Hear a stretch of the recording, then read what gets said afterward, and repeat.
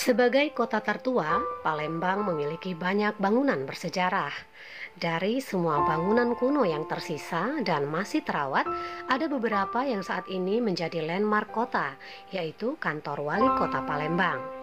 Dulunya kantor wali kota Palembang yang terletak di Jalan Merdeka nomor 1 Palembang ini merupakan menara air atau orang kerap menyebutnya kantor ledeng. Meski sudah beberapa kali direnovasi, bentuk asli bangunan utamanya tetap dipertahankan. Kantor ledeng atau menara air ini merupakan bangunan buatan Belanda yang dirancang oleh seorang arsitek dari Surabaya bernama Insinyur S. Nuijk pada tahun 1929.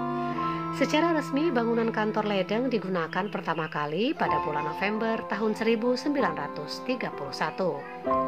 Bangunan kantor ledeng ini memiliki beberapa tingkatan, di mana tingkat pertama sejak zaman Belanda telah digunakan sebagai pusat pemerintahan Gemeente Palembang, dan tingkat paling atas digunakan sebagai tempat penampungan air bersih atau ledeng untuk semua warga yang tinggal di Palembang, terutama warga Belanda yang tinggal di sekitar Jalan Tasik saat ini dan Jalan Dempo yang lokasinya memang tidak jauh dari menara kantor ledeng. Secara spesifik, menara air memiliki tinggi 35 meter dengan kapasitas air yang bisa ditampung mencapai 1.200 kubik. Menara air atau kantor ledeng ini dibuat sebagai upaya pemerintah Gemeente Palembang saat itu untuk menyediakan air bersih.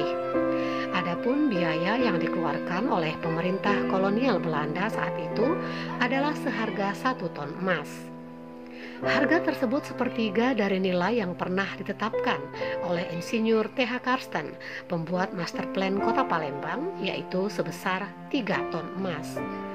Menara air ini telah beberapa kali beralih fungsi, di mana pada saat pertama kali berdiri digunakan sebagai tempat penampungan air bersih dan pusat pemerintahan Gemeente Belanda. Kemudian saat zaman Jepang, sekitar 1942 hingga 1945, tempat ini dijadikan sebagai Shukokan atau kantor residen Palembang zaman Jepang, lalu dijadikan balai kota hingga tahun 1956.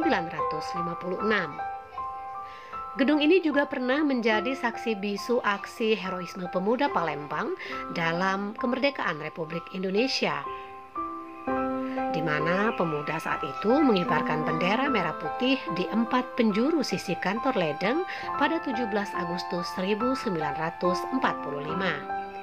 Hingga akhirnya sejak 21 Agustus 1963, kantor ledeng digunakan sebagai kantor pusat pemerintahan Kota Praja Palembang atau kantor wali kota Palembang atau tempat berkantor orang nomor 1 di Palembang hingga saat ini. Itulah sekelumit sejarah kantor wali kota Palembang yang merupakan cagar budaya. Nantikan terus kami di sejarah-sejarah bangunan tua lainnya.